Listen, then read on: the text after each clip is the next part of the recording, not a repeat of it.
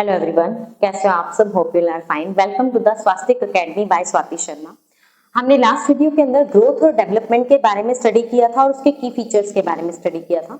आज हम डिस्कस करने वाले हैं कि ग्रोथ और डेवलपमेंट को रिलेटेड कौन कौन से साइकोलॉजिस्ट ने क्या क्या इंपॉर्टेंट डेफिनेशन दिए हैं और जो आपको एग्जाम में देखने को भी मिल सकती हैं, उसके बारे में हम डिस्कस करेंगे। तो चलिए हम डिस्कस करते हैं। सबसे पहले मैं बात करती हूँ आपसे हरलोग के बारे में। हरलोग का ये मानना था कि जो ग्रोथ होती है, वृद्धि, डेवलपमेंट यानी कि विकास, वो इंटर रिलेटेड प्रोसेस है, मतलब एक दूसरे से आपस में जुड़ा हुआ है। ग्रोथ रेफर्स करता है क्वांटिटेटिव चेंजेस, मतलब मात्रात्मक चेंजेस, और किसके अंदर? बॉडी के अंदर। बट व्हीयर एज डेवलपमेंट क्या करता है? प्रोग्रेसिव, प्रगतिशील, ऑर्डरली, क्रमबद्ध, कोहेरेंट सीरीज। ऑर्डरली का मतलब क्या होता है? यहाँ पे सुसंगत। आगे आ जाता है कोहेरेंट सीरीज का मतलब क्या है? क्रमबद्ध तरीके से qualitative as well as quantitative changes को क्या करेगा? लीड करेगा इंडिविजुअल टुवर्ड मैच्योरिटी। जब तक परिपक्वता नहीं आ जाती तब तक वो बच्चे के अंदर जो उसके मात्रात्मक और गुणात्मक बदलाव हो रहे हैं, उन सबको एक प्रगति के अंदर और एक ऑर्डर के अंदर और एक क्रमबद्ध तरीके से सीरीज के अंदर क्या करेगा? उन्हें लेके चलेगा। उसे हम क्या कहते हैं? हर लोग के अकॉर्डिंग क्या कहते हैं? ग्रोथ और डेवलपमेंट कहते हैं। ग्रोथ का सेम इन्होंने यही बोला कि वो क्वांटिटेटिव चेंजेस है, और डेवलपमेंट को उन्होंने बोला क्वालिटेटिव और क्वांटिटेटिव चेंजेस है। बट लेकिन जो क्वालिटेटिव और क्वांटिटेटिव चेंजेस है उसमें आता है आपका प्रोग्रेसिव, ऑर्डरली और कोहेरेंट सीरीज। नेक्स्ट नंबर पे मैं बात करने वाली हूँ नंबर 2 पे आपसे इरा गार्डन। इरा गार्डन एक साइकोलॉजिस्ट थी। It begin at birth and continues through life, increasing organisation and integration. यहाँ पे जो डेफिनेशंस लिखी गई हैं वो मैंने थोड़ा सा समराइज वे में लिखी है, बट जो नोट्स आपको मैं प्रोवाइड करवाऊंगी उसमें डिटेल में आपको एक एक पॉइंट लिखेगा मिलेगा, और बाइलिंगुअल आपको नोट्स मिलेंगे। बहुत जल्दी आपको मेरे टेलीग्राम चैनल पे इनका पीडीएफ भी देखने को मिलेगा। अब हम बात करते हैं इरा गार्डन के बारे में। इरा गार्डन का ये मानना था कि जो विकास होता है ना, वो जन्म से शुरू हो जाता है और लगातार चलता है थ्रू लाइफ, जीवन पर्यंत। पूरा जीवन क्या करता है? इंसान की डेवलपमेंट होती रहती है। अब ये इंक्रीज करता है ऑर्गेनाइजेशन या कोई संगठन है, या आपका क्या करता है? इंटीग्रेशन, एकीकरण के द्वारा। या तो ये किसी संगठन के अंदर आए, या आप क्या करते हो? इंटीग्रेट करते हो, उस विकास को एक स्थान पे लेके आते हो। ये इरा गार्डन के अकॉर्डिंग था। नंबर 3 पे मैं बात करूंगी सोरेनसन। सोरेनसन का ये मानना था कि जो डेवलपमेंट होता है ना, वो मैच्योरेशन एंड फंक्शनल डेवलपमेंट होता है। अब यहाँ पे परिपक्वता और कार्यात्मक सुधार की प्रक्रिया, ये कहने का मतलब है कि जो बच्चे के अंदर गुणात्मक और आपके मात्रात्मक, मतलब क्वालिटेटिव और क्वांटिटेटिव चेंजेस का, बदलाव का जो विकास हो रहा है या जो परिवर्तन हो रहा है या उसके सुधार हो रहे हैं उसके अंदर, वो क्या कहलाता है? आपका डेवलपमेंट कहलाता है। ये किसका मानना था? सोरेनसन का मानना था। नंबर 4 पे मैं बात करूंगी आपसे एच सोरेनसन। एच सोरेनसन का क्या मानना था कि जो डेवलपमेंट होता है वो क्वालिटेटिव चेंज होता है, रेदर देन मियरली ग्रोथ क्या होता है? आपका क्वांटिटेटिव चेंज होता है। आप यहाँ पे ध्यान रखना, उन्होंने सिर्फ इतना बोला है कि जो आपका डेवलपमेंट है दैट इज गुणात्मक बदलाव, और हमारा जो ग्रोथ है वो क्या? आपका मात्रात्मक बदलाव। अब हम बात करते हैं दास के बारे में। ग्रोथ क्या करता है? Refers to be biological physical changes that can be observe and measure. अब ये कहता है कि ग्रोथ एक तरह का जैविक और भौतिक बदलाव है जिसे आप देख सकते हो, जिसे आप माप सकते हो। जैसे किसी बच्चे की हाइट बढ़ रही है, वेट बढ़ रहा है या कम हो रहा है, वो क्या करते हैं? हम मेजर कर सकते हैं। वो क्या होता है? आपका दास के अकॉर्डिंग डेफिनेशन है। नंबर 6 पे मैं आपसे बात करूंगी अर्नोल्ड गैसोल। अर्नोल्ड गैसोल का ये मानना था कि जब हम इवेल्युएट करते हैं डेवलपमेंट को एनाटॉमिकल, फिजियोलॉजिकल और बिहेवियर चेंजेस के आधार पे, मतलब शारीरिक संरचनाएं, शारीरिक क्रियाएं, मतलब आपका बिहेव फिजिकली और आपके व्यवहार में जो बदलाव आ रहा है, जब आप उसे इवेल्युएट करोगे, उसे मापोगे या कैलकुलेट करोगे, वो क्या कहलाता है? आपका डेवलपमेंट कहलाता है। अब हम यहाँ पे बात करते हैं, मैंने टोटल 6 साइकोलॉजिस्ट की आपसे बात करी है। सबसे पहले मैंने बात करी है आपसे हरलोग के बारे में। हर लोग ये कहता है कि ग्रोथ क्वांटिटेटिव चेंजेस होता है, डेवलपमेंट आपका क्या होता है क्वालिटेटिव और क्वांटिटेटिव दोनों होता है, बट एक ऑर्डर में और क्रमबद्ध तरीके से होता है। उसके बाद मैंने बात करी है इरा गार्डन के बारे में। इरा गार्डन का ये मानना है कि जो डेवलपमेंट होता है वो बर्थ से शुरू होता है और लगातार थ्रू आउट जीवन पर्यंत चलता रहता है। उसके बाद मैंने बात करी है आपसे सोरेनसन के बारे में। सोरेनसन ये मानना था कि जो मात्रात्मक और गुणात्मक बदलाव बच्चे में आते हैं वो उसकी परिपक्वता या उसके कार्यात्मक सुधार के लिए आते हैं। नंबर 4 पे हमने बात करी थी एक्सोरेंसन की, जो सीधा ये कहते हैं कि डेवलपमेंट में सिर्फ गुणात्मक बदलाव आता है, ग्रोथ में आपका मात्रात्मक मतलब क्वांटिटेटिव चेंजेस आते हैं। आगे आ जाता है दास। दास का ये मानना था कि जो ग्रोथ होती है ना वो फिजिकल चेंज, जैविक बदलाव या आपके भौतिक बदलाव के ऊपर, परिवर्तनों के ऊपर होते हैं जिसे आप माप सकते हो, महसूस कर सकते हो।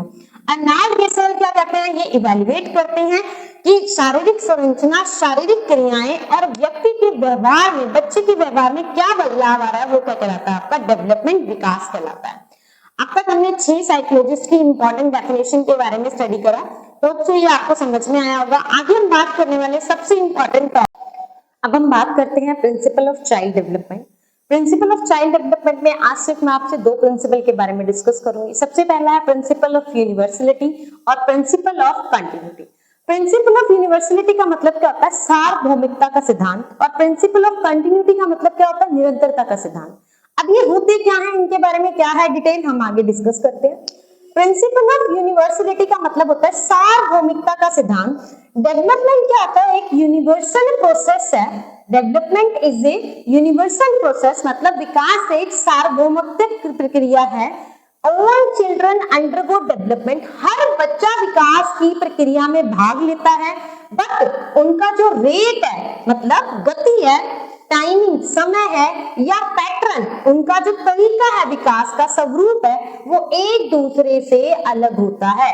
यूनिवर्सलिटी का मतलब क्या होता है, सार्वभौमिकता का सिद्धांत। इसका ये मानना था कि जो बच्चे होते हैं ना, ग्रोथ तो सेम होगी, जैसे एक बच्चा पहले बैठना शुरू करता है, ठीक है, फिर वो क्या करता है, थोड़ा सा रुड़ना शुरू करता है, ठीक है, फिर वो क्या करता है, खड़ा होना शुरू करता है, क्लियर है, फिर वो क्या करता है, आपका चलना शुरू करता है, ठीक है। तो ये पैटर्न में चल रहा है सब बच्चों की प्रोसेस, चाहे आप इंडिया में हो, चाहे ऑस्ट्रेलिया में हो, चाहे आप कनाडा में हो, वहां के बच्चे और यहाँ के बच्चों की प्रोसेस क्या है, सेम है, बट रेट, टाइमिंग और आपका पैटर्न क्या होगा, बिल्कुल अलग होगा हर बच्चे का। जैसे मान लीजिए अगर हम इंडिया में ही बात करते हैं, भारत की बात करते हैं, तो कुछ बच्चे होते हैं जो आपके 4 महीने के या 5 महीने के बैठना शुरू कर देते हैं, और कुछ बच्चे होते हैं जो 8 महीने, 9 महीने या 10 महीने के बैठने लगते हैं, या कुछ बच्चे ऐसे होते हैं जो 1 साल होने के बाद, 1 साल के होने के बाद बैठना शुरू करते हैं। तो प्रोसेस तो सेम है आपकी, बट डिफरेंस कहाँ है, रेट में, गति में, किसी का अर्ली हो रहा है, किसी का लेट हो रहा है। अब यहाँ पे 2 बच्चे हैं, मे बोथ लर्न टू वॉक, दोनों एक साथ चलना सीख रहे हैं, बट एक जल्दी सीखता है और एक लेट सीखता है। जैसे एग्जाम्पल की तरफ से मैं बात करती हूँ, मेरी 2 बेटियां हैं, बड़ी वाली बेटी है जो वो क्या कर रही थी, वो पूरे 10 महीने की होके बैठना शुरू किया था उसने, और अगर उसके कंपैरिजन में छोटी बेटी की बात करूं तो उसने 7th मंथ में बैठना शुरू कर दिया। और अगर मैं बात करूं बड़े वाली बेटी की, तो वो पौने 2 साल की चलने लगी थी, इट मींस, और जो छोटे वाली है वो अभी खड़ा होने लगी, इट मींस 1 साल की हो चुकी है वो। 1 साल के बाद आप ये लगा लो कि वो 1-2 महीना और लगाएगी, वो चलने लग जाएगी। तो दोनों के ग्रोथ में, मतलब दोनों के डेवलपमेंट में, विकास में बहुत ज्यादा अंतर है, बहुत ज्यादा क्या है, डिफरेंस है, बट लेकिन स्पीड और पैटर्न वही है। स्पीड अलग है बट पैटर्न तो वही है। उसने भी पहले बैठना सीखा, उसने भी बैठना सीखा, फिर उसने रुड़ना सीखा, उसने रुड़ना सीखा। तो पैटर्न आपका क्या होता है, सेम होता है, बट लेकिन आपकी जो गति है, स्पीड है, वो बिल्कुल क्या होगी, आपकी अलग होगी। कोई जल्दी सीखेगा, कोई लेट सीखेगा। अब हम बात करते हैं प्रिंसिपल ऑफ कंटिन्यूटी, निरंतरता का सिद्धांत। निरंतरता का सिद्धांत क्या कहता है, development is continuous process. Development क्या है, एक समान या निरंतर प्रक्रिया है जो बच्चे के जन्म से पहले शुरू हो जाती है और लगातार जब तक वो जीवित है ना, थ्रू आउट लाइफ ये आपकी चलती रहती है।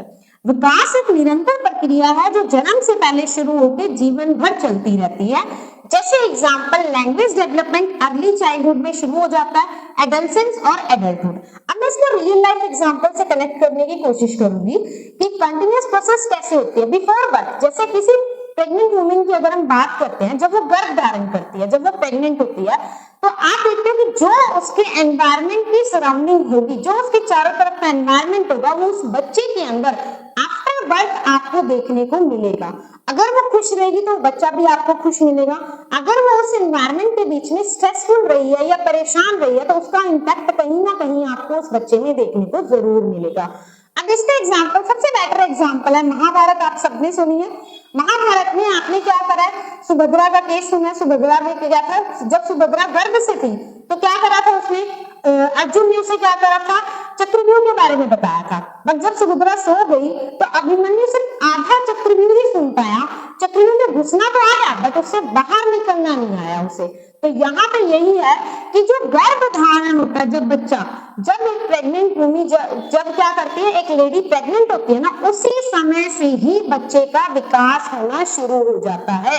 4 या 5 महीने का गर्भ धारण का बच्चा क्या करता है, अपनी सराउंडिंग को बहुत अच्छे से ऑब्जर्व करने लग जाता है, बातों को सुनने लग जाता है, समझने लग जाता है। और ये प्रोसेस उसके बर्थ होने के बाद भी जब तक वो जीवित रहेगा तब तक वो चीज चलती रहेगी। That is principle of continuity.